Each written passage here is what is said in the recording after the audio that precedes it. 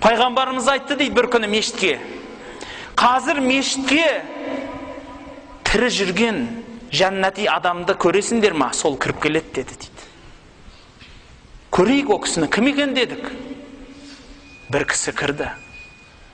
Намазға кіргендей дәрет алған, үстінен су тамып тұр сақалдарынан. Ассаламу алейкум деп амандасып кірді. Сол қолында аяқ киімі бар. Оң қол емес, байқадыңыз ба қандай әдеп? Сол қолында аяқ киімі бар. Кіріп келіп, үндемей қатарға отырды. Екінші күні де дәл солай болды. Тірі жүрген жәннати адамды көргілерің келсе, қазір мешітке кіреді деді. Тағы да сол адам кірді. Үшінші күні тағы да сондай сөз болды. Бір сахаба барып ол кісінің үйіне сылтау айтып 2-3 күн бірге жатып түнеді. Көрді, қандай амал жасайды екен, қандай кісі екен. Қарапайым, қатардағы мұсылман. Түнімен тұрып намаз оқымайды, жоқ. Құптанды оқиды, таң намазына бірақ тұрады. Болды, қарапайым. Күндіз ораза шығар, жоқ. Күндіз тамақ ішіп жүр. Мүмкін Құран оқитын шығар, жүрген жерінде тұрған. Қари емес, Құран жаттамаған көп. Кішкентай ғана 3-4 сүре біледі. Ендігім сонда ол. Намазы қарапайым, оразасы ондай емес, Құраны ондай емес. Қандай адам? Ақыры шыдай алмай сұрайды. Сіз пайғамбар мақтайтын не тірлік істедіңіз сонша дейді. Білмеймін. Пайғамбарымыз бірақ бір айтқан сөзі бар. Ей пәленше, сенің маған бір ісің ұнайды.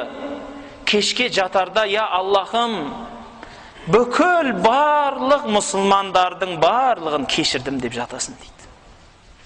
Таза жүрекпен жатады да. Жүрегі тап-таза. Ұйқысы да тыныш болады сол үшін. Қорылдап, тұрып, қанып, ұйықтайды. Білесіз ба? Византия империясының патшасы Омар халифаға хат жіберіпті дейді. Мына хатты алып бар, Омарға бер деп бір арабтың жігітін жіберіпті, Шамдағы. Енді Шам кезінде со Византияның қол жаулығы болды ғой. Содан Мадинаға келеді. Мешітке келеді. Пайғамбардың. Омарғаны, білмеймін, мешіттің сыртында бау бар, сонда көріңіз дейді. Іздесе, Омар халифа, бүкіл мұъминдардың әміршісі, біздің сөзбен президент, мемлекетінің үлкендігін айтайын ба? Солтүстігі Кавказ, оңтүстігі Индия, шығысы Қытай, батысы Атлант мұхиты. Осындай үлкен император аяқ киімін басына жастық қылып, құрма ағашының түбінде қорылдап ұйықтап жатыр дейді. Жанында бір қарауыл жоқ. Қазір президент айтпайық. Қарапайым фирманың бастығы жанына көзіне қарашки таққан бойы 2,5 метрлік жігіт ұстап жүрмесе тиіс жүрамайды. Қорқады. Неге? Бауырлар, Құдайды ұмытып кететін сияқтымыз. Сонда әлгі араб Омардың жанына келіп айтты дейді. Ей Омар, әділдік жасадың, әділ болдың.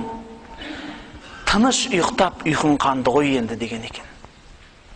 Әділдік істейді, таза жүреді, біреуге кінә тартпайды. Біреуге деген жүрегінде ашу, ыза, кек жоқ. Ұйықтайды да рахаттанып, қалаған жерінде.